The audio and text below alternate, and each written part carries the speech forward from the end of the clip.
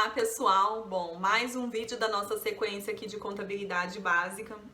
Separei um tema que é um tema curto para a gente ver só alguns pontos, para a gente poder dar sequência e ver balanços patrimoniais no nosso próximo vídeo, tá? Então não se esqueça de curtir o vídeo, se inscrever no canal, ativar as notificações. Olá pessoal, bom, para quem não me conhece, meu nome é Eliane, sou a fundadora do Momento de Estudar e esse é mais um vídeo da nossa sequência de contabilidade básica aqui no nosso canal, aqui no YouTube. Então é um vídeo curto, só para a gente ver mais alguns pontos, alguns detalhes que ficaram faltando, para a gente poder então dar sequência e entrar em balanço patrimonial no nosso próximo vídeo, que vai ser quando a gente vai encerrar essa série, tá? Então, para você que perdeu durante essa série, vai ficar a playlist salva aqui no canal. A gente está vendo toda a parte de contabilidade introdutória, toda a parte de contabilidade básica, né, introdutória. A gente vai ver tudo até entrar em balanço patrimonial. Então, para você acompanhar os vídeos anteriores, tem a playlist que está aqui. Eu vou deixar o link também aqui na descrição do vídeo. E você pode dar sequência, tá? Porque a gente está começando do absoluto zero para alguém que, por exemplo, nunca viu contabilidade. Então, se você nunca tiver visto contabilidade ou tiver muitas dúvidas, você pode tirar um bom proveito assistindo essa playlist aqui. E aí, claro, se tiver dúvidas, vocês podem deixar aqui na área de comentários aqui do vídeo. Eu peço sempre para vocês curtirem o vídeo, se inscrever no canal, tá? Porque como eu sempre digo aqui, o conteúdo é gratuito e eu cobro em curtidas, então curta o vídeo para vocês me ajudarem aqui e o YouTube entender que o vídeo, toda essa sequência, esse trabalho que é feito aqui de forma gratuita, que ele possa ser relevante, interessante para mais alguém e ele possa indicar, né? E lógico que o canal possa crescer. Aqui na descrição do vídeo eu também vou deixar para vocês os links dos nossos cursos atuais. Nesse momento, então, que eu estou gravando aqui o vídeo que vai entrar ao ar para vocês, a gente está entrando numa nova turma do Momento de Estudar para o CRC, que é o nosso preparatório para o exame de suficiência. Então, todas as informações, elas estão aqui no link na descrição do vídeo. E a gente tem um curso regular de contabilidade geral. Todas as informações também estão aqui na descrição do vídeo. O curso regular de contabilidade geral é para você que está estudando para concursos, para você que já está no mercado de trabalho e precisa aprender contabilidade, precisa reaprender. Mas o objetivo do curso é que ele está começando do absoluto zero e assim você pode, né, entrar com qualquer nível, independente do seu nível de conhecimento que você tenha em contabilidade até o momento, tá? Se tiverem qualquer dúvida sobre os cursos, dentro dos links, né, dentro das páginas, vocês têm a opção de chamar a gente também pelo WhatsApp e tirar qualquer dúvida, tá? Bom, vamos continuar aqui então, vamos dar sequência com o nosso conteúdo de hoje. E aí, como eu disse, né, curta o vídeo. Vamos aí à nossa aula de hoje. Bom, aí agora a gente vai entrar então na parte de situação líquida. A situação líquida nada mais é do que o patrimônio líquido. A gente vai ter algumas situações e ela vai representar o quanto os sócios empregaram de patrimônio na sociedade. A gente viu então que na constituição da sociedade, por exemplo, quando a gente tem, sei lá, ou um sócio, ele vai ter um valor que ele vai despender, né, para poder colocar nessa sociedade. Quando a gente tem sócios, né, por exemplo, dois, a gente viu vários exemplos também na Constituição. Então, cada um vai entregar um valor e eles vão constituir, então, a sociedade. Quando eles constituem sociedade, aquele valor que eles entregaram vão estar, então, vai ser formado o patrimônio líquido. E a gente tem 4 situações para esse patrimônio líquido, tá? Então, a gente tem a situação em que o ativo vai ser maior que o passivo. A gente tem uma situação onde o ativo vai ser menor que o passivo. A gente tem a situação do ativo ser igual ao passivo. E a gente tem a situação do ativo ser igual à situação líquida. Então, é tudo isso que a gente vai ver agora nos nossos próximos itens, né? Então, na primeira situação, onde o ativo é maior que o passivo exigível. Então, a gente vai ter, então, que o passivo exigível, ele também é chamado de passivo, né? Que são as obrigações. E aqui seria um exemplo. Por exemplo, a gente teria uma situação onde o ativo, nós tivemos um total de bens de R$1.000 e direitos de R$1.000. Então, o total do ativo é igual a R$2.000. o total do ativo tem que ser igual ao total do passivo mais patrimônio líquido, para o nosso saldo bater aqui de R$2.000. Então, qual que é a situação líquida que nós temos aqui? Se as obrigações são R$500, a diferença vai ser R$1.500. Então, essa vai ser a nossa situação líquida.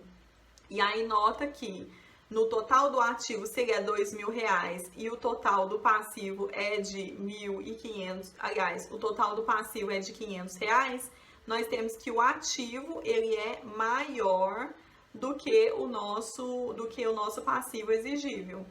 Então, é basicamente isso, são situações, né? A gente vai encontrar várias situações aí ao longo dos nossos estudos. Então, o que nós teríamos aqui, então? O ativo é igual ao passivo mais patrimônio líquido. O patrimônio líquido é igual à situação líquida, né? O patrimônio líquido é também chamado de situação líquida. Então, nós vamos ter que a situação líquida é igual, então, ao ativo menos o passivo. Nesse caso, nós vamos ter, então, um ativo de R$2.000, um passivo de R$500. Qual vai ser a situação líquida? Vai ser de R$1.500. E aí, a gente teria aqui, então, R$1.500, lembrando que sempre o total do ativo tem que ser igual ao total do passivo mais o patrimônio líquido. Então, o ativo é maior que o passivo exigível, ou seja, a situação líquida é maior que zero. E a gente viu aqui que, no caso, aqui com valores aleatórios, tá? Eu esqueci de falar isso, que é um exemplo com valores aleatórios. Durante as nossas questões, a gente vai ver outras várias situações, poucas questões que eu selecionei para hoje, mas durante as próximas aulas a gente vai ver um monte de coisa a partir de agora, tá? Então, a situação líquida ela é maior que zero.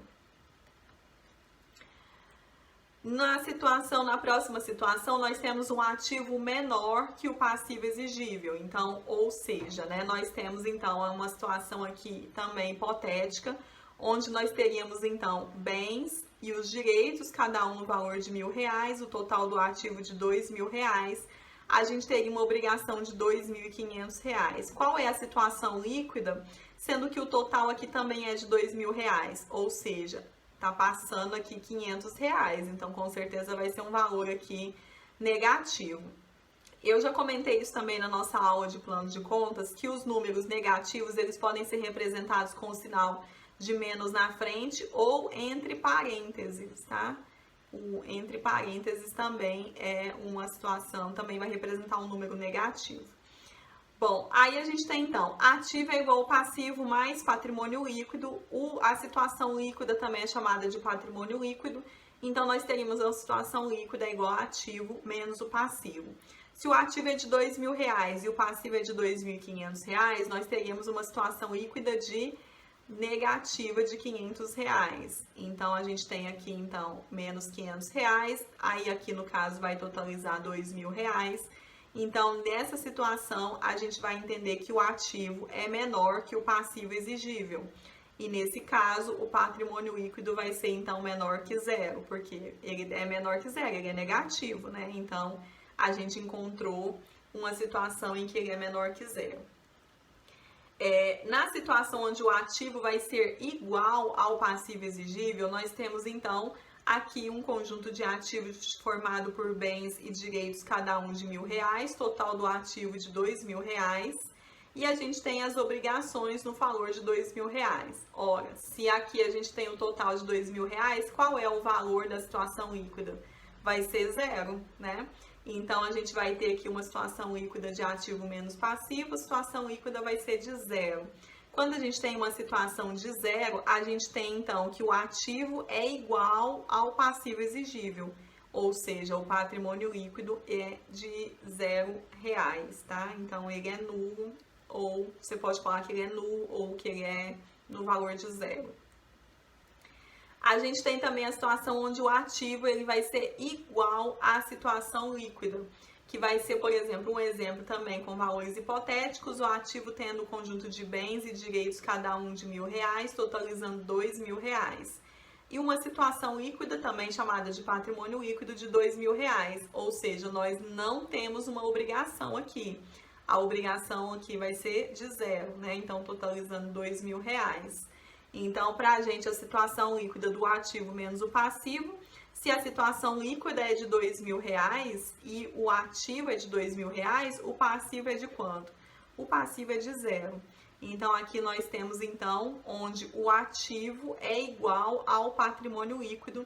Aí, nesse caso, a gente tem que o passivo, ele tem o valor de 0 ou é um passivo nulo, tá? Tanto faz, aí pode acontecer. Então, aqui a gente viu que a gente tem 4 situações. A primeira situação, o ativo ele é maior que o passivo, a gente pode encontrar isso em alguma questão. A gente pode ter uma situação onde o ativo seja menor que o passivo. A gente pode ter uma situação onde o ativo seja igual ao passivo. E nesse caso a gente vai ter então um patrimônio líquido de 0. E a gente pode ter uma situação onde o ativo seja igual à situação líquida, onde a gente vai ter um passivo de 0, tá? Então, essas são as situações aí da variação patrimonial. O patrimônio ele pode variar e a gente pode encontrar essas situações em cada uma situação, né? Em cada questão, em cada entidade. Você vai ver de tudo isso da agora para frente e essas são as possibilidades que a gente tem para a variação do patrimônio líquido, né? Sobre variações patrimoniais, a gente viu então que algumas coisas podem acontecer, então a gente viu as variações da situação líquida, né? E aqui alguns detalhes que eu gostaria de trabalhar também. Então a gente tem 2 conceitos que são importantes, que são dos atos e fatos. Então os atos contábeis são os acontecimentos que ocorrem na entidade e não provocam as alterações do patrimônio. E a gente tem os fatos contábeis, que vão provocar alteração do patrimônio da entidade no aspecto qualitativo e quantitativo. Então, qualidade só em situações, né? E quantitativo em dinheiro. Um exemplo, então, né? A emissão de cheques, os depósitos bancários, a compra de veículos, a compra de materiais, o pagamento de obrigações, o recebimento de direitos. Isso são situações que podem acontecer. Então, a gente tem essa definição de fatos e atos da contabilidade, que acho que a gente até viu isso nas primeiras aulas também.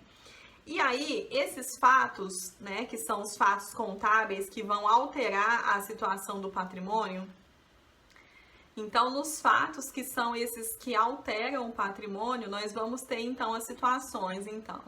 Esses fatos, eles podem ser, então, permutativos, modificativos, mistos ou compostos, tá? Então, nós vamos ter essas situações. A gente vai ver cada uma delas, né, aqui agora. E aí, lembrando, né, sempre que a gente vai acabar assimilando isso melhor, resolvendo questões, claro, né? Então, nós temos os fatos permutativos. Os fatos permutativos, eles vão alterar o patrimônio, né? Os fatos alteram o patrimônio. Eles vão alterar o patrimônio da entidade, como ele diz aqui, sem alterar o patrimônio líquido. Então, vai ser a situação onde vai acontecer uma troca de situações. Por exemplo, a compra de mercadorias à vista. Então, vai sair dinheiro da conta caixa e vai entrar o mesmo valor na conta mercadorias. A gente só teve uma situação de troca, né? A gente não teve um aumento, nem diminuição, nem nada. É um fato permutativo onde acontece uma troca mesmo. Aqui a gente tem, por exemplo, outro exemplo que é o recebimento do valor pela quitação de uma duplicata.